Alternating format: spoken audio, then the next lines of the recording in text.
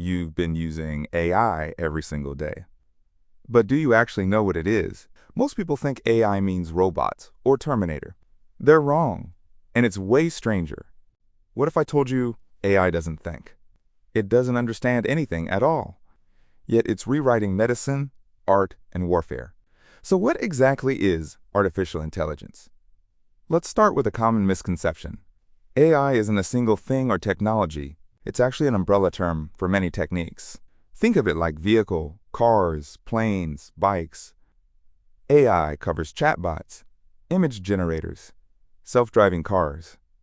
All very different, but one shared goal: making machines perform tasks requiring human intelligence. That's the simple definition, but here's the catch. We still can't agree on what intelligence means, so we built something we don't fully understand. And this story goes back decades. In 1956, a group of scientists gathered. They met at Dartmouth College with big dreams.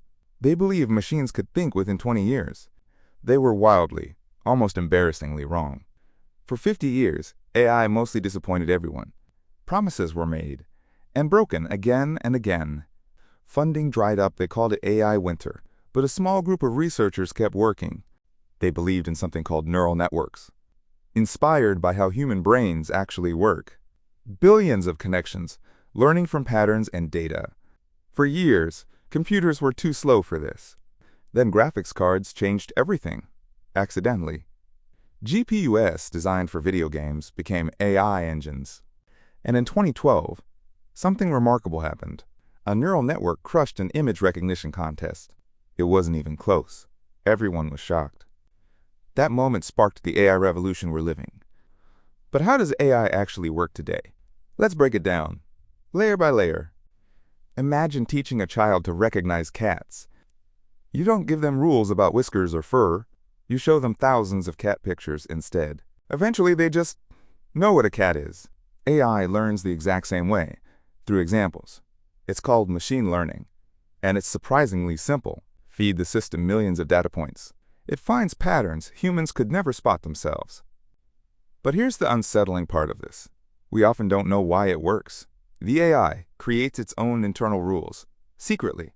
Scientists call this the black box problem. We can see the input and the output. But the middle? That's a complete mystery. Now let's talk about large language models. ChatGPT, Claude, Gemini, you probably use them. They don't actually understand your words at all. They're predicting the next most likely word, like autocomplete, but scaled to absurd levels. Trained on, basically, the entire internet. Every book, article, conversation absorbed and compressed. The result feels intelligent, eerily so sometimes. But there's no consciousness behind those responses, just statistics and probability, nothing more or less. And this is where it gets darker. AI systems have already made serious mistakes, wrongly identifying suspects in criminal cases globally, denying people loans based on biased data, making life-changing decisions with zero accountability. Who's responsible when AI causes real harm? The company? The programmer? The algorithm itself? Right now, nobody really knows the answer. But the implications go even deeper than this. AI is now generating images that don't exist, creating fake videos of real people speaking. We're entering a world where seeing isn't believing. How do you trust anything you see online? Some experts have even more terrifying concerns. What happens when AI becomes smarter than us? Not emotional or conscious, just more capable. Able to solve problems we can't even understand. Some call this moment the singularity. Others fear it. Leading AI researchers have signed warning letters. They say it could be an extinction risk. The same people building it are scared of it. That should give everyone pause to think carefully. But AI isn't just danger and darkness.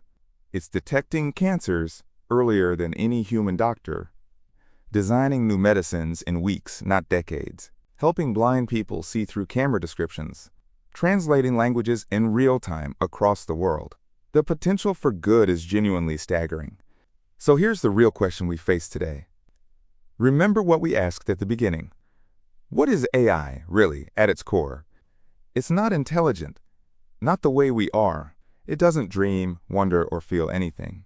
It's a mirror, reflecting our own patterns back, trained on human words, human art, human bias, every flaw, and every brilliance we've ever created.